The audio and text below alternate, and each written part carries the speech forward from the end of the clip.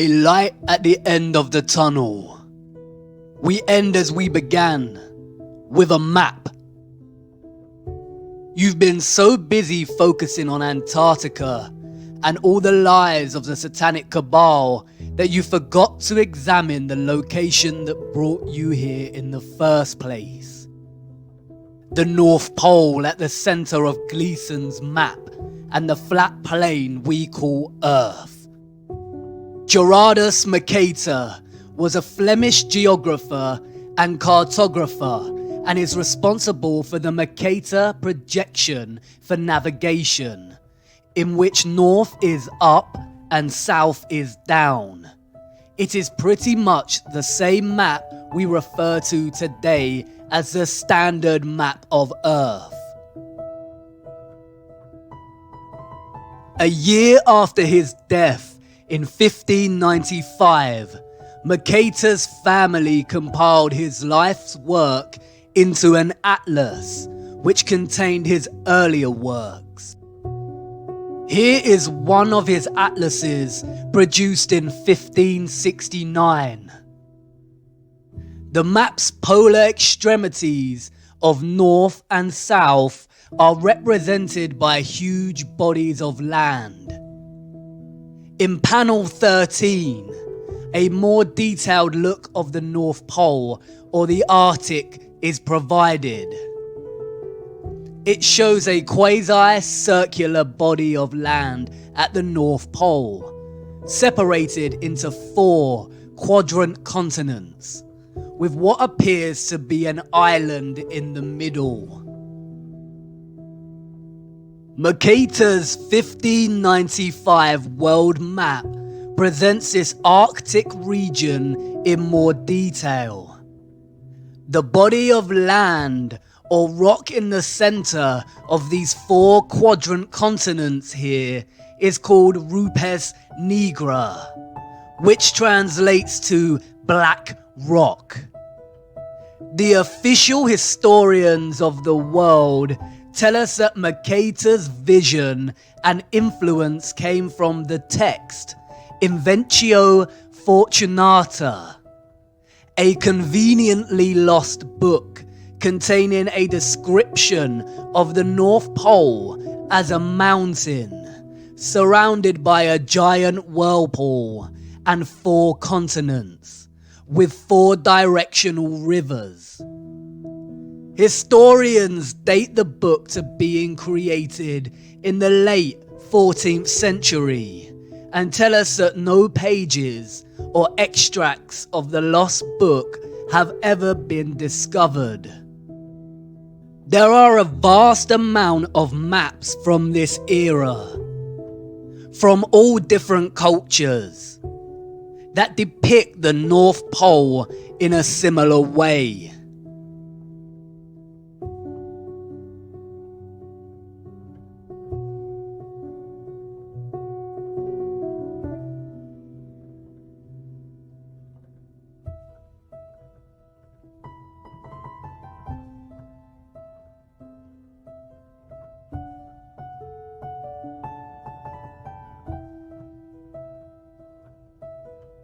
It is not until the 17th century that reference to the North Pole's mountain, 4 continents, and 4 directional rivers starts to disappear from cartography, like a Photoshop erasure job.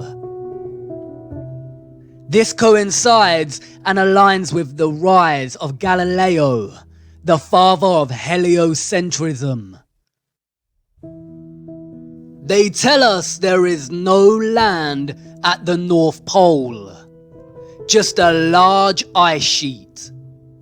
Google Earth, however, refuses to even give us the ice sheets. They love to show us their thwarted version of Antarctica, but when venturing north, all that remains is Greenland. Look at Greenland here. Edges of real land before a huge mass of white engulfs the entire country. This does not look real. They claim that Google Earth works by superimposing satellite images, aerial photography, and GIS data onto a 3D globe. That's great. So where are the perpetual ice sheets at the Arctic Sea? A closer look at the North Pole here is very telling. Zooming into this little island, something interesting appears. A glitch in the matrix. A line that runs from this island to the center of the Arctic Sea. Deliberate mocking on their part, or just amateur NASA-style Photoshop skills. Either way, it indicates that the vast nothingness of blue ocean here is indeed a photoshopped lie, and exists primarily to hide whatever is really here. Perhaps Mercator and the early cartographers just got it wrong. Mercator was no joke in his day. His maps were not merely fantastical creations of the world as he dreamed up and saw fit. He was known for his meticulous accuracy and, as stated earlier, he later developed the Mercator projection, which is still used today for navigation. The Inventio Fortunata is lost and has never been found in its entirety or extract. But an old letter from Mercator to John Dee, the advisor to Queen Elizabeth I, provides insight. John Dee wrote to Mercator to inquire about the North Pole. In his reply, Mercator paraphrased the Inventio Fortunata and provided a description of the region.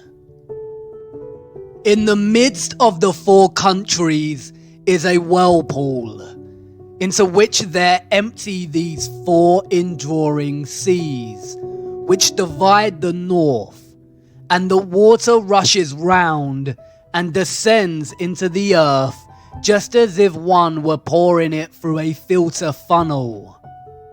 It is 4 degrees wide on every side of the pole. That is to say, 8 degrees altogether, except that right under the pole there lies a bare rock in the midst of the sea.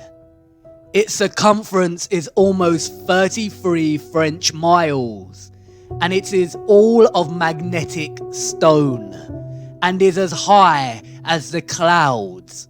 It is black and glistening. In Johann Rouche's 1508 map, the North Pole is represented in a similar manner, and the map's legend states, it is written in the Book of the Fortunata, under the Arctic Pole there is a high magnetic rock, 33 German miles in circumference. A surging sea surrounds this rock as if the water were discharged downward from a vase through an opening to 4 mouths below.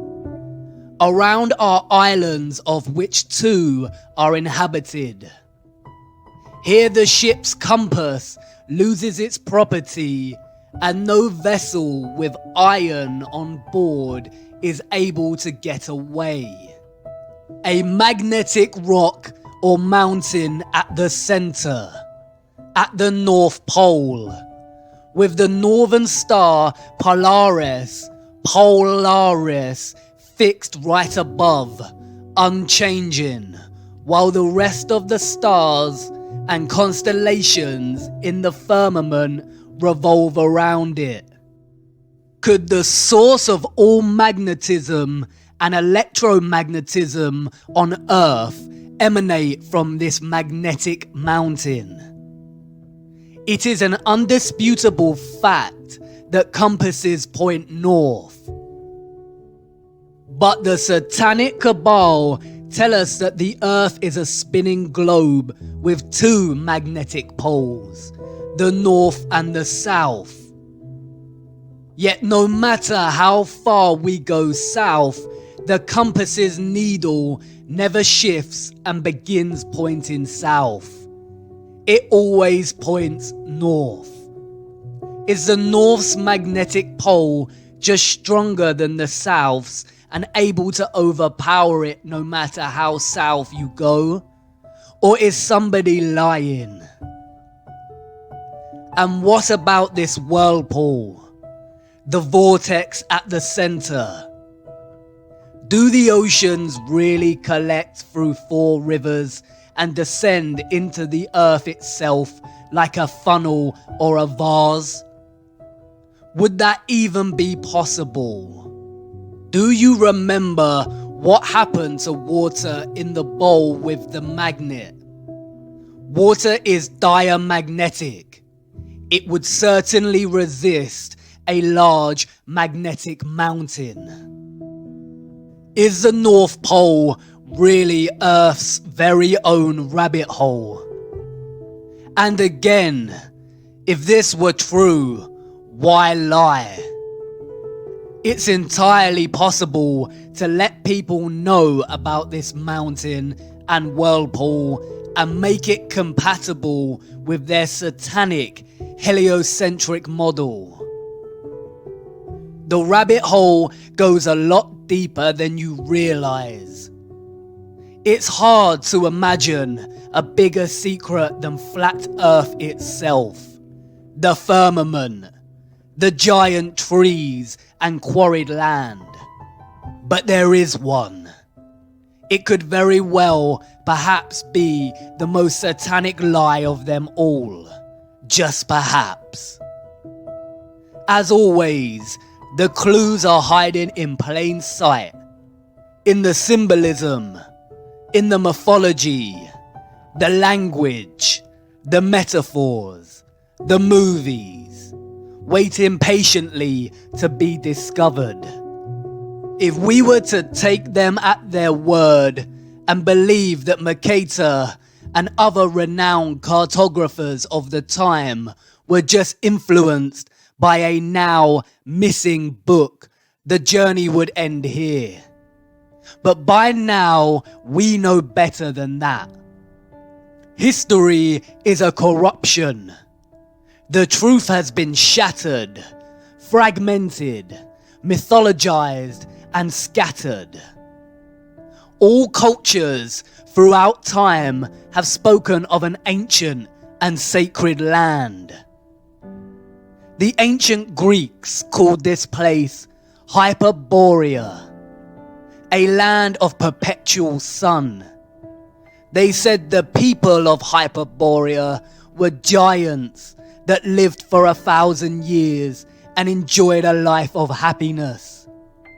Look at that word. Hyper is a prefix meaning beyond, and Boreas was the god of the north wind. Hyperborea, beyond the north wind. It is reminiscent of another word, the Aurora Borealis, the Northern Lights. The Hindu and Buddhist traditions speak of this legendary land as Shambhala. In Buddhist mythology, Mount Meru has its roots in hell and its summit in heaven, and is the bridge between Earth's realms.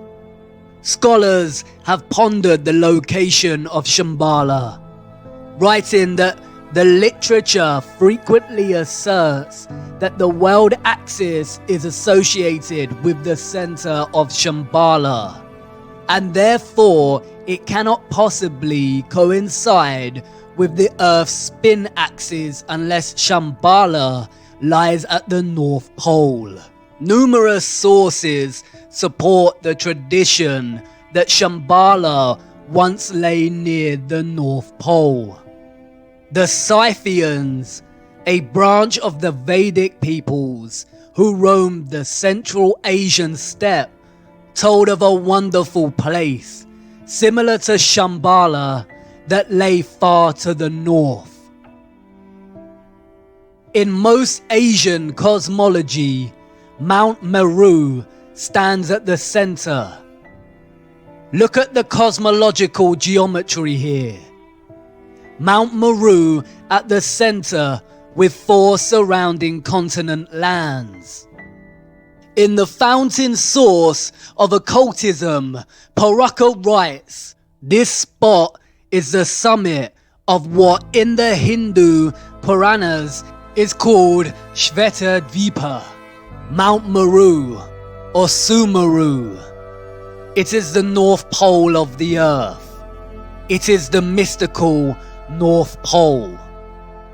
The Japanese spoke of the island of the congealed drop, which was placed at the North Pole. The Vedics called this land Paradisha.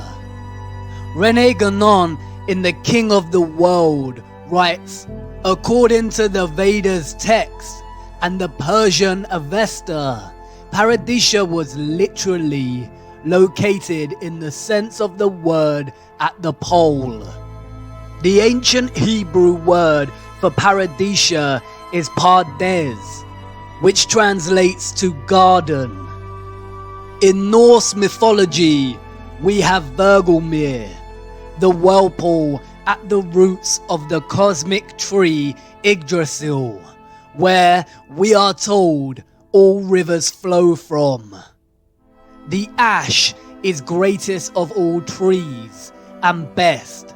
Its limbs spread out over all the world and stand above heaven. 3 roots of the tree uphold it and stand exceeding broad. One is among the Aesir, another among the Rime giants, in that place where aforetime was the yawning void. The third stands over Niflheim, and under that root is Vergelmir. You've seen this before. Look closer. A circular rim of mountains. Perhaps at first mistaken for the Antarctic ice ring. But compared to Mercator's 4 continents surrounding Rupes Nigra, a circular rim of mountains.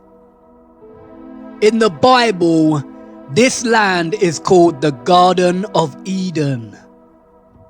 In the middle of the garden were the tree of life and the tree of knowledge of good and evil. A river watering the garden flowed from Eden. From there it was separated into 4 headwaters. The same 4 headwaters that Mercator depicts in his map. Beautiful for situation, the joy of the whole earth, is Mount Zion, on the sides of the north, the city of the great king. It has many names: Mount Zion, Mount Meru, Sumeru, Rupes Nigra, the Axis Mundi, the cosmic axis, the world pillar, the world tree, the tree of life. The connection at the center of this plane, connecting the above and the below. The source of God, the source of magnetism. The Book of Enoch is also consistent. And from there, I went to the middle of the earth and saw a blessed, well-watered place, which had branches which remained alive and sprouted from a tree which had been cut down. And there I saw a holy mountain, and under the mountain. To the east of it, there was water, and it flowed towards the south. All cultures have their own versions of this central axis, Mount Meru, or what the Bible refers to as the Tree of Life. Heaven's altar right here on earth.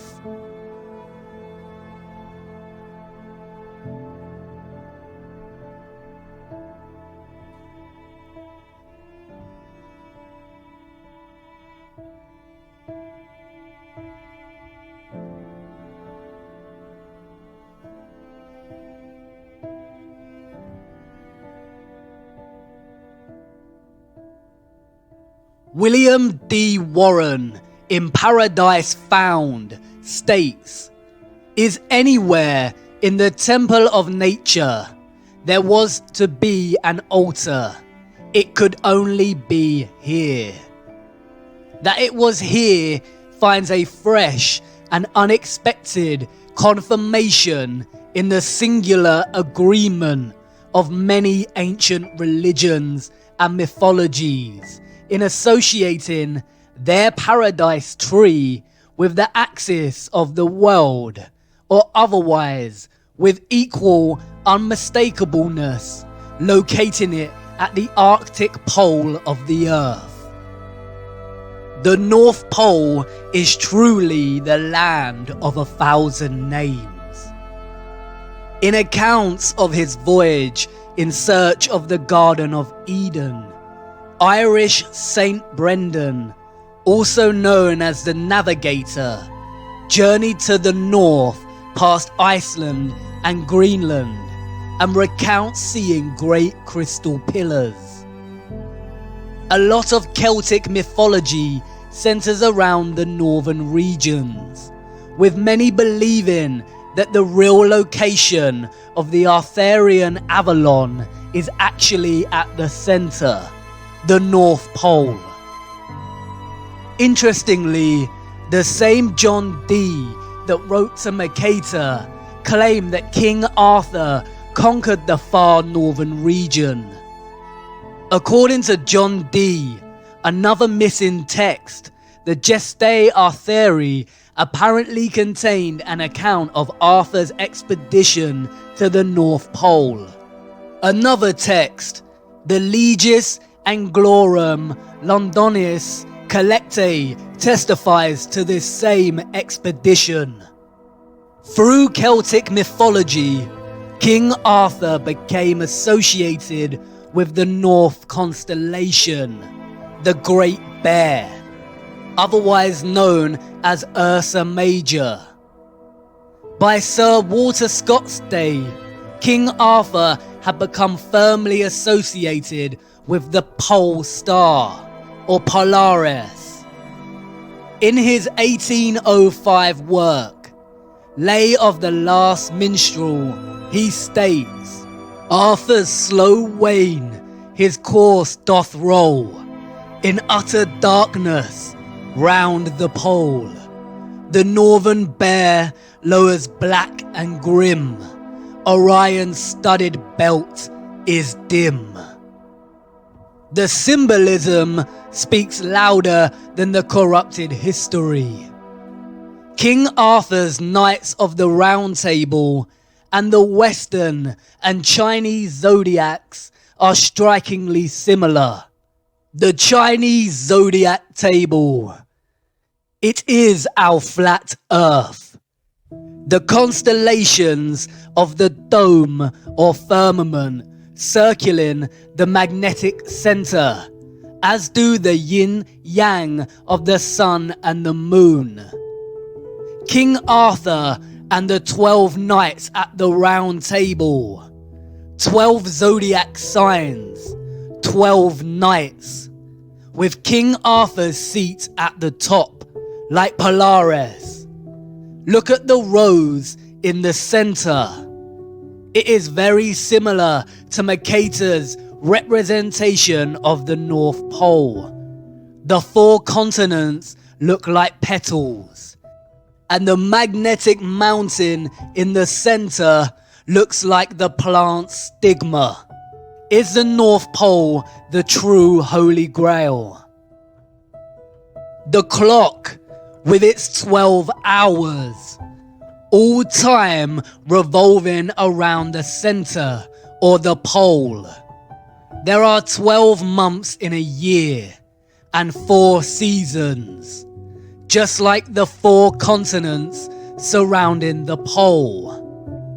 Our Earth is the oldest clock. 12 stars on the flag of Europe. Mercator's letter stated that Mount Meru, or Rupes Nigra, was 33 miles in circumference. 33 again. The United Nations flag, split into 33 sections, with the final, largest section falling in the center. 33rd degree Freemasonry. During the course of initiation, the Mason is taught that the North is Masonically a place of darkness. The Freemasons worship East, West, and South and forsake the North.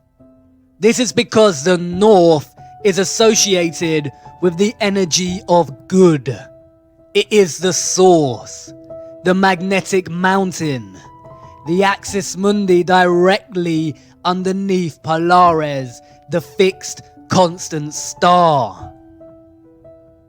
33 is also the age Jesus was when crucified. Many scholars have drawn links between Jesus and King Arthur. Jesus had 12 disciples. Da Vinci's The Last Supper.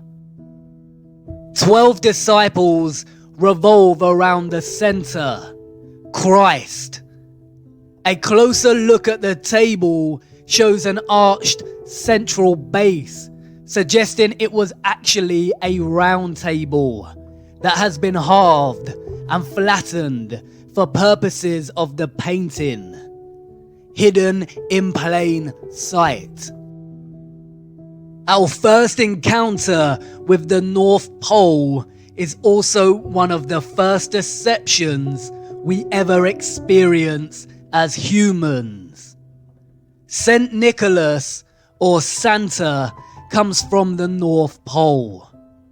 Santa is an anagram of Satan and has ties to another mythological being, Krampus, a horned half-goat, half-demon deity that punishes children who misbehave, i.e., it has its roots in the satanic practice of Moloch worship. Krampus is still worshipped today in many European countries. Can you see what they are doing? Contemporary Christmas practices have their roots in Victorian literature. Before that, the season still carried its true Christian practices and celebration of Christ. The satanic cabal has distorted and corrupted the true celebration of Christmas, tying satanic figures suggestive of child predation to the North Pole. As we grow up and find out Santa is a lie, we never give the North Pole another thought. It is the location of our first disillusion, our first painful truth. We are programmed to deliberately lose our sense of wonder for the North Pole. This usually coincides with the same time that we begin our heliocentric indoctrination at school. Christmas is a celebration of the birth of Christ, a celebration of the source, of God. That's why we put up Christmas trees. The Christmas tree is Mount Meru, the Rupes Nigra, the tree of life, and the star on top is Polaris, the fixed star in the firmament. Humanity has collectively forgotten this. The Christmas tree is a celebration of the magnetic axis mundi at the center of our flat Earth, and it has subsequently been corrupted and replaced by debased materialism. We no longer remember what we are celebrating. The satanic cabal must corrupt the North Pole. They tell us it's just an ice sheet, but Google Earth cannot even give us a photoshopped version of the ice. They don't even want people interested in ice sheets. They can't even bear to acknowledge the North Pole. It is against their satanic religion. Hollywood movies always contain things hidden in plain sight. But there are a select few of these movies that are highly satanic and Masonic. The Truman Show is a metaphor for our programmed deception living under the dome.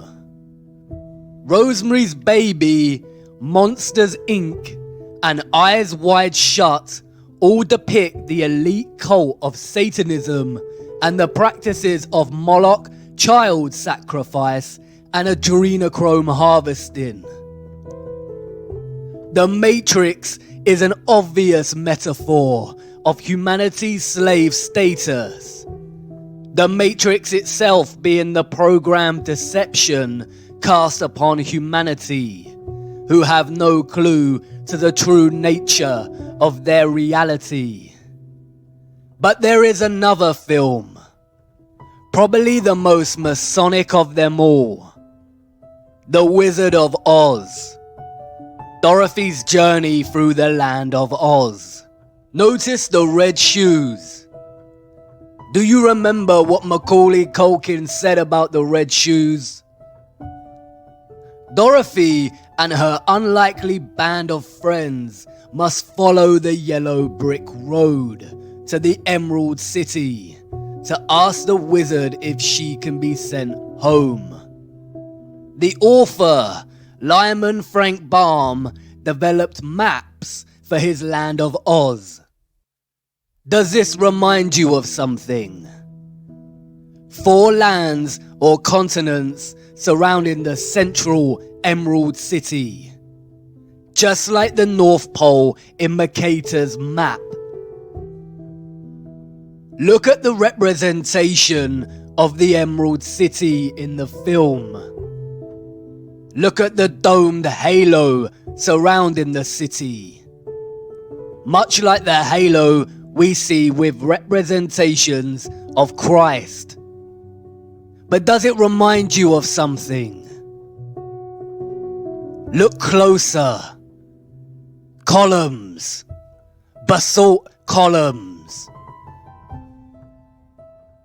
The magnetic tree of life at the center, also cut down in our history.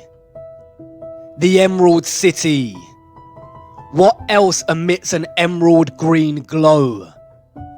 The Aurora Borealis. The Northern Lights. Look at the yellow brick road in the film. A swirl to the center. A whirlpool of sorts.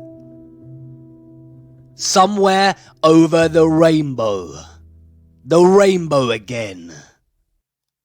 The Bifrost Bridge from Norse mythology. A path between heaven and earth. Between Midgard and Asgard. Bifrost means the swaying road to heaven. In Islam, it is called Al-Sirah, the narrow bridge people must pass in order to enter paradise. Look at the ancient Siam city in Thailand. This is supposed to be a recreation of Sumeru Mountain. Look at the bridge you have to cross on your journey. And what about the whirlpool at the center? Mercator described it as a filter funnel. Norse mythology labels it as Vergelmir, or the world's well. Could there really be a whirlpool opening in the center of Earth, caused by the magnetic tree of life, in which the oceans flow down into? Paul the Deacon, an 8th century Benedictine monk, wrote that where the ocean extends without bounds is that very deep abyss of waters which we commonly call the ocean's navel. It is said twice a day to suck the waves into itself and to spew them out again. By the whirlpool of which we have spoken, it is asserted that ships are often drawn in with such rapidity. Gerald of Wales, royal clerk to King Henry II, wrote, "Not far from the islands towards the north, there is an astonishing whirlpool in the sea, towards which there is a set current of the waves from all quarters, until, pouring themselves into nature's secret recesses, they are swallowed up, as if it were in the abyss." In the Historia Norwegiae, an anonymous 12th century Norwegian monk describes the exact same phenomenon. The greatest of all whirlpools is to be found there, which engulfs the strongest ships. There is a very deep abyss in the earth itself, and alongside it are open-mouthed caverns containing winds. These winds draw to them the waters of the sea through hidden passages in the earth. They shut them up in the vaults of the abyss. The powerful source of magnetism offers some suggestion as to how this central vortex on Earth actually works. Not only is water diamagnetic and will resist gaining proximity to a magnetic mountain, creating an opening, but also a powerful magnetic source and a powerful central axis mundi would generate a strong electromagnetic field or electromagnetic stream. This takes the form of a toroidal electromagnetic field.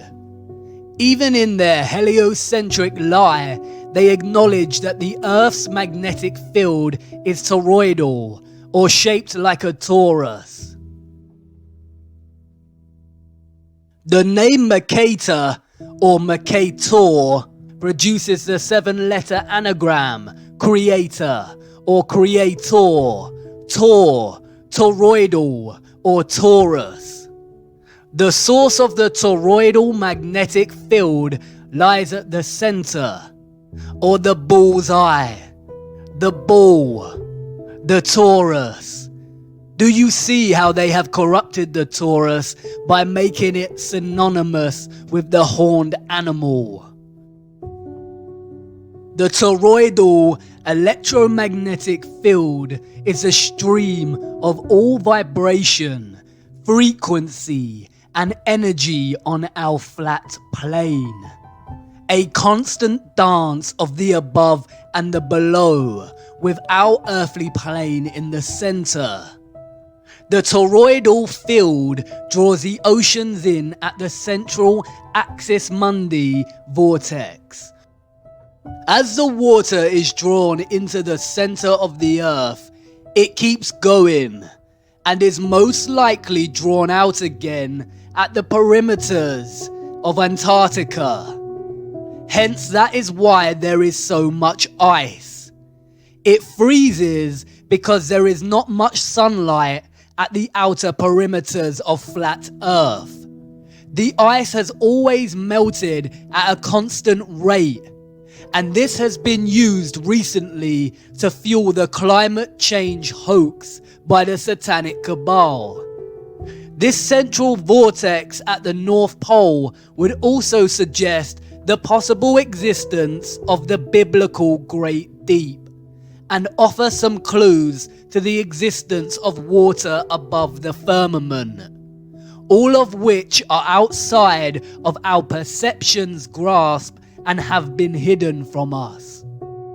As absurd as this constant recycling of water sounds, the same process is happening right now inside of your body and never stops.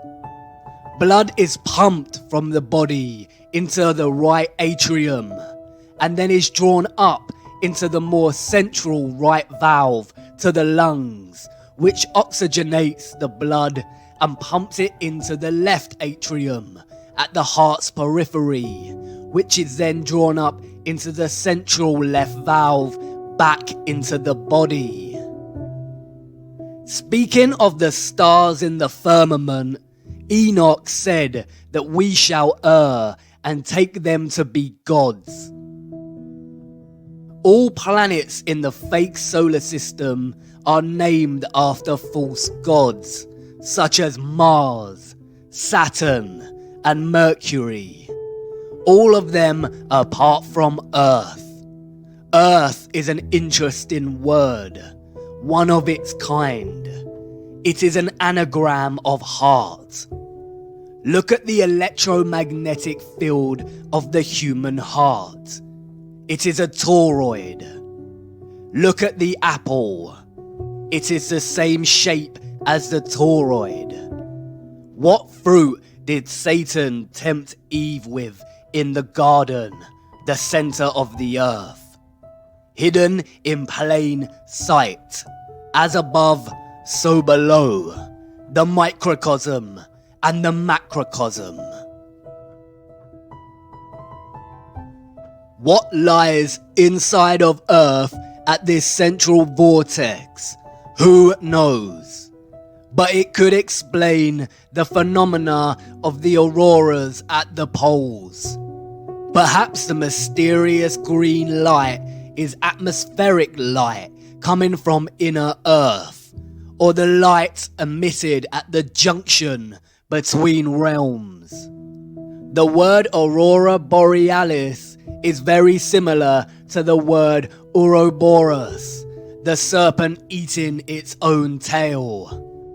A satanic symbol we see used over and over again.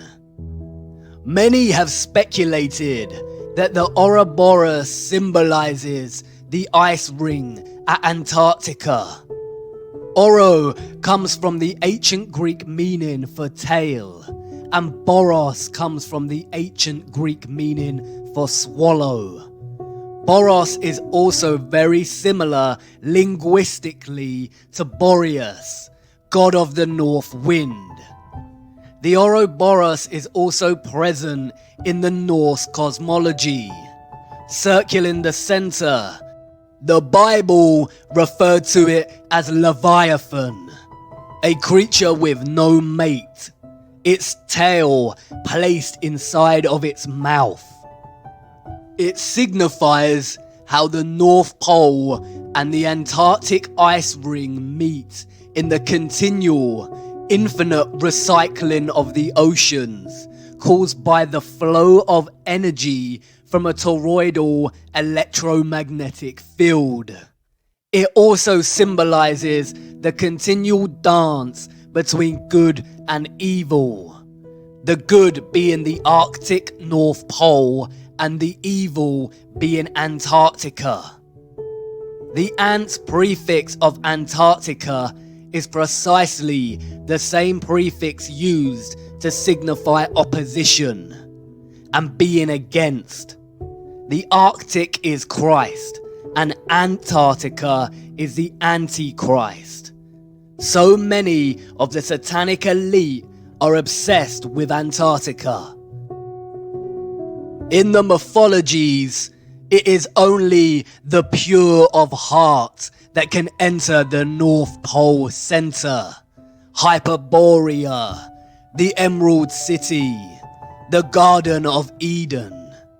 And we see this motif play out over and over again in their satanic mocking of our ignorance, while they continually lead us further and further away from knowing the truth, keeping us rooted to giving our energy to their satanic matrix.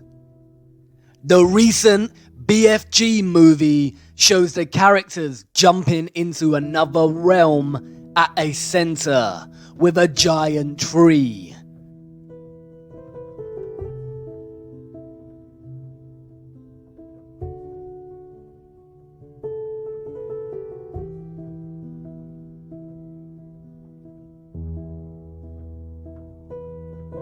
Notice the aurora.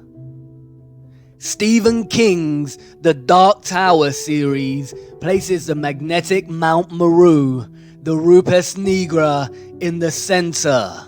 Notice the familiar map and the Arthur Rose. Look at a clip from the film. It's a map. My father showed me a map like this once. Inside the circle is your world and my world. Many others. No one knows how many. The Dark Tower stands in the center of all things. And it stood there from the beginning of time. And it sends out powerful energy. Interestingly, Stephen King also wrote another novel about life under the dome. Philip Pullman wrote a children's novel called The Northern Lights, in which the protagonist enters another realm through the aurora. Jules Verne's Journey to the Center of the Earth sees its protagonists enter inner Earth in the north, just beyond Iceland. We have the Wandering Mountain in the never-ending story. Notice the rainbow. Even the production company Paramount references this in its logo. Notice the dome stars above the Paramount, the Mount Meru, Mount Zion. We see reference to Flat Earth and the Tree of Life, Mount Meru, hidden in plain sight everywhere. George Bush International Airport, the Flat Earth map on the ground with a huge Tree of Life in the center, reaching up to the dome above. Darling Gardens in Sydney, Australia.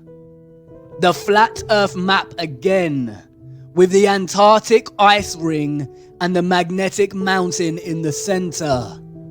Even the Central United Nations meeting room displays this imagery. Notice the starred dome above and the grand gold pillar in the center. What about flights? Wouldn't pilots have noticed if there were a huge vortex at the center of the Earth? Well, perhaps, if they actually flew over the region. Flights are restricted, we are told, because it is too cold to fly over the Arctic and Antarctic regions. They tell us they have the technology to send people out into cold space, but not to cross the polar zones. In fact, a closer look at flight paths more generally exposes their heliocentric lie. On a globe Earth, South Africa to Australia should be a straight path over the Indian Ocean. They could even refuel at Madagascar if necessary. But no such flight exists. They all stop off at Dubai, Hong Kong, or Malaysia. A huge detour that makes no sense on a globe, but makes complete sense when looking at a flat Earth map. It's the direct flight path on flat Earth. We are running out of time. It is important to acknowledge the remaining and resistant beauty of our world despite the vast amount of barbaric quarrying. It is undeniable that our flat Earth quarry retains aspects of beauty, sometimes so powerful it is described by humans as breathtaking. Although we are a species born out of the barbaric behavior of those who destroyed the Earth, Carbon-12 is not the entirety of our biological design. Like the land, we retain elements of the good, which can be traced back to divine creation, or what is called God. Whether you view God as a being, vibration and magnetism itself, or something else does not matter. God is the source, the intelligence that designs and creates. Hexagonal efficiency is just one geometric design found in living organic matter. There is a sequence and ratio underpinning all geometric shapes, life, and matter itself. These are the Fibonacci sequence and the golden ratio.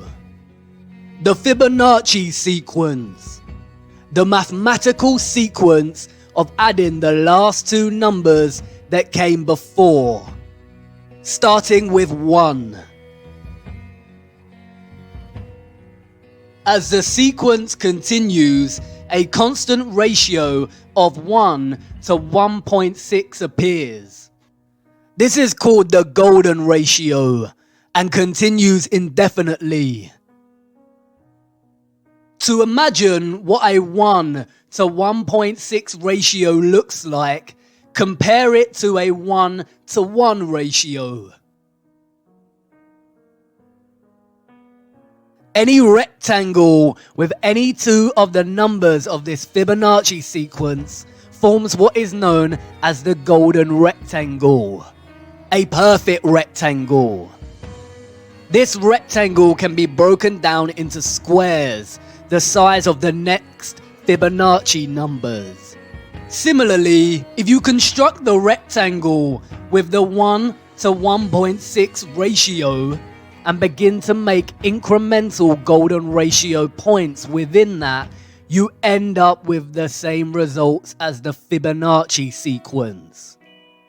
If you divide each with an arc, then the pattern begins to take shape. We see Fibonacci's spiral, the spiral in and of itself. A spiral, spiraling out at the sequential ratio of 1 to 1.6. Fibonacci's spiral is literally found everywhere in the natural world, on both a microcosmic level and a macrocosmic level.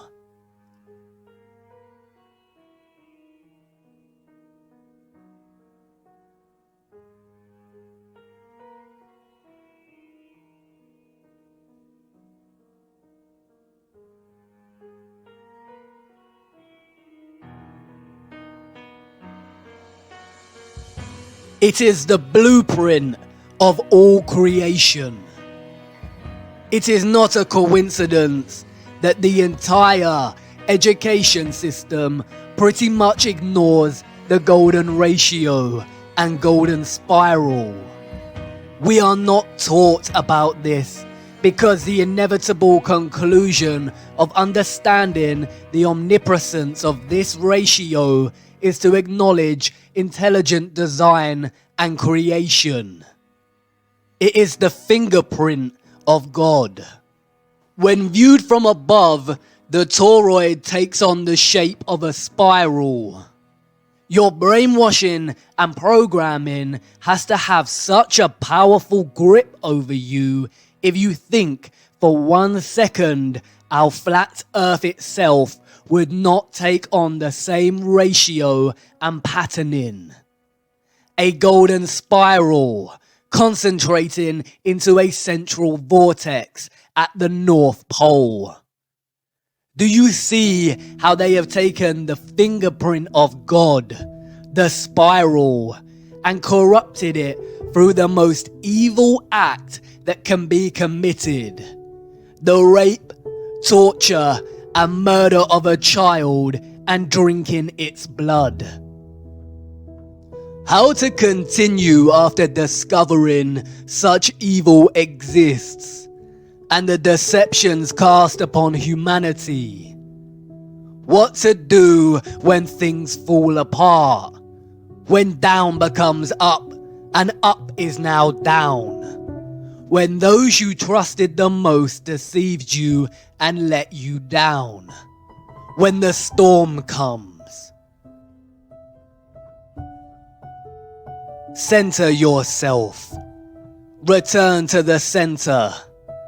And not in the way they tell you. There is a reason the satanic cabal pushes things like meditation and want you to participate in blind positivity.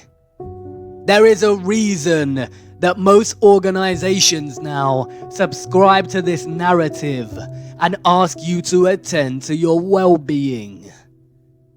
They want you to accept that reality is stressful and full of corruption, to normalize it, and tell you the antidote is forced relaxation, to switch off and ignore, and forced positivity, which in reality is just to ignore the matter at hand and replace it with delusional positive thoughts. In other words, to turn a blind eye. The eye is a microcosm of flat Earth itself, with the pupil at the center, giving you sight. Center yourself, but not through their methods. There is only one way to achieve centrality and stillness. The eye of the storm, immutable and still while all around it energetic rage. The tree trunk, steadfast as the wind rattles its branches. The truth is objective. It cannot move, cannot bend, cannot fall apart. It is positively charged. It stands up to any counter-argument. And because of this, the truth is pure and is fixed. The fixed center of being. Put on the full armor of God so that you can take your stand against the devil's schemes. Stand firm then, with the belt of truth buckled around your waist. And knowing the world we live in, the journey to the center is going to be the journey of a lifetime. It's here. The end of the rabbit hole. The end of our small journey. There is so much we did not get to cover, but I hope you will not forget over time and keep on searching. Did I accomplish what I set out to achieve? Am I wiser? Do I know more? Perhaps a little. But the more truth I discovered, the less I truly know. The truth humbles and puts me in my place.